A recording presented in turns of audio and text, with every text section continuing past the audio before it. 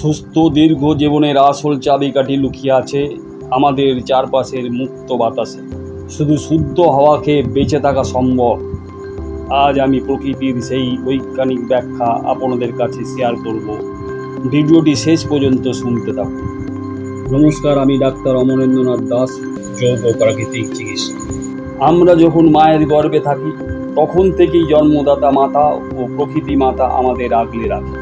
আর জন্মের সময় প্রকৃতির সবচেয়ে বড় উপহার এই শুদ্ধ হাওয়া বা অক্সিজেন। যদি আমরা সঠিকভাবে এই অক্সিজেন গ্রহণ করতে না পারতাম তবে আমাদের এই সুন্দর ভুবনে বেঁচে থাকাই অসম্ভব হতো। এই অভিজ্ঞতা আজ আমাদের অনেকেরই আছে। বেঁচে থাকার প্রধান কারণ হলো শুদ্ধ হাওয়া। এই হাওয়া আমাদের শরীরের শক্তি যোগায়। এটি আমাদের শরীরের ভিতরের অঙ্গ প্রত্যঙ্গকে সচল ও পরিষ্কার রাখতে সাহায্য করে। আমরা যদি শুধু সঠিক উপায়ে শুদ্ধ অক্সিজেন নিই তাহলে দীর্ঘদিন রোগমুক্ত দীর্ঘজীবী হতে পারবো, এটা নিশ্চিত। কিন্তু বর্তমানে যান্ত্রিক যুগে আমরা অনেকেই প্রায় রোগে ভুগি। তার কারণ হলো ব্যস্তময় জীবনে আমরা বেশিরভাগ সময় বদ্ধ ঘরে বা দূষিত বাতাসে অনিচ্ছায় থাকতে হয়, যেখানে শুদ্ধ অক্সিজেন পাওয়া বড়ই দুর্লভ।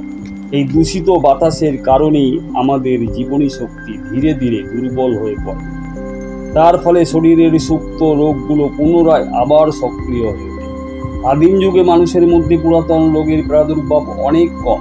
তার কারণ তারা শুদ্ধ বাতাসের মধ্যে বেশিরভাগ সময় খালি গায়ে থাকে বলে। খালি গায়ে থাকার বিশেষ উপকার হয়, তার কারণ আমাদের দেহের প্রবেশ পথ দুটি, একটি মুখ ও দুটি নাসা ছিদ্র। এছাড়া দেহের প্রায় 90 লক্ষ ছিদ্র আছে। এই ছিদ্রপথ দিয়ে ফুসফুসের মতন স্কিন দিয়ে কিছুটা শ্বাসও ভেতরে টেনে নিতে পারে। আবার ওই ছিদ্রপথ দিয়ে প্রতিদিন দেহের দূষিত পদার্থ অর্থাৎ টক্সিন দেহের বাইরে বেরিয়ে যায়। এই টক্সিন এর পরিমাণ প্রায় 990 মিলিলিটার। তাই অনেকে স্কিনকেও তৃতীয় ফুসফুসও বলে।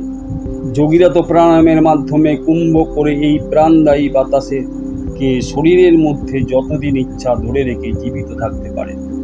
আমরাও যদি প্রতিদিন সকালে গতিশীল ও শীতল হাওয়ার মধ্যে খালি গায়ে বা হালকা জামা পরে থাকি তবে আমাদের শরীরের স্নায়ুগুলি সতেজ হয়, ফলে শরীরের ভাঙা গোড়া অর্থাৎ মেটাবলিজমের কাজ বৃদ্ধি পাওয়াতে রাতে ভালো ঘুম হয়। রাতে ভালো ঘুম হওয়ার ফলে রোগ প্রতিরোধ ক্ষমতা বৃদ্ধি পাওয়াতে অনেক রোগ থেকে আমরা মুক্তি পাই। শুদ্ধ হাওয়া আমাদের জীবনে কত গুরুত্বপূর্ণ তা এক কথায় শেষ করা যাবে না।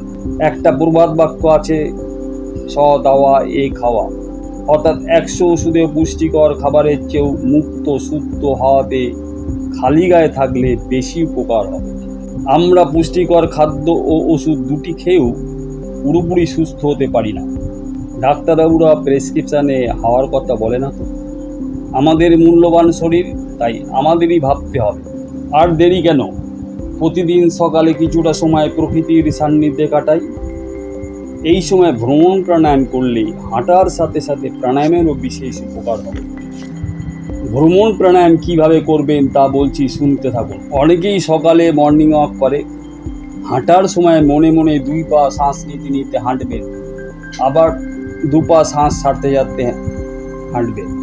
এভাবে কয়েকদিন অভ্যাস করার পর কোনো অসুবিধা না হলে ক্রমশ পায়ের স্টেপ বাড়াতে থাকবেন। তারপর 2 পা শ্বাস নিতে নিতে হাঁটবেন, আবার 4 পা শ্বাস ছাড়তে ছাড়তে হাঁটবেন।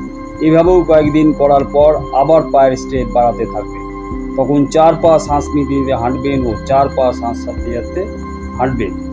এভাবে কয়েকদিন করার পর আবার 4 পা শ্বাস নিতে হাঁটবেন ও 6 পা শ্বাস ছাড়তে ছাড়তে হাঁটবেন। এভাবেও কয়েকদিন করার পর 6 পা শ্বাস নিতে নিতে হাঁটবেন ও 8 পা শ্বাস ছাড়তে ছাড়তে হাঁটবেন। এইভাবে আরও কিছুদিন চলে যাওয়ার পর 8 পা শ্বাস নিতে নিতে হাঁটবেন ও 10 পা শ্বাস ছাড়তে ছাড়তে একই গতিতে হাঁটবেন। এভাবে বেশ কয়েক মাস অভ্যাস এর ফলে শ্বাস ভিতরে ধরে রাখার ক্ষমতাও বেড়ে যাবে। তখন কুম্ভক সহকারে প্রাণায়াম করলে প্রাণায়ামের বিশেষ উপকার পাওয়া যাবে। আজ তাহলে এই পর্যন্ত। এরকম আরও সুন্দর সুন্দর নলেজ পেতে আমার চ্যানেলটি সাবস্ক্রাইব করে পাশের বেল আইকনটি প্রেস করে রাখবেন সর্বপ্রথম নোটিফিকেশন পাওয়ার জন্য। ভিডিওটি ভালো লাগলে একটি লাইক করে আপনাদের প্রিয়জনদের সাথে শেয়ার করবেন। সাথে থাকার জন্য আন্তরিক ধন্যবাদ।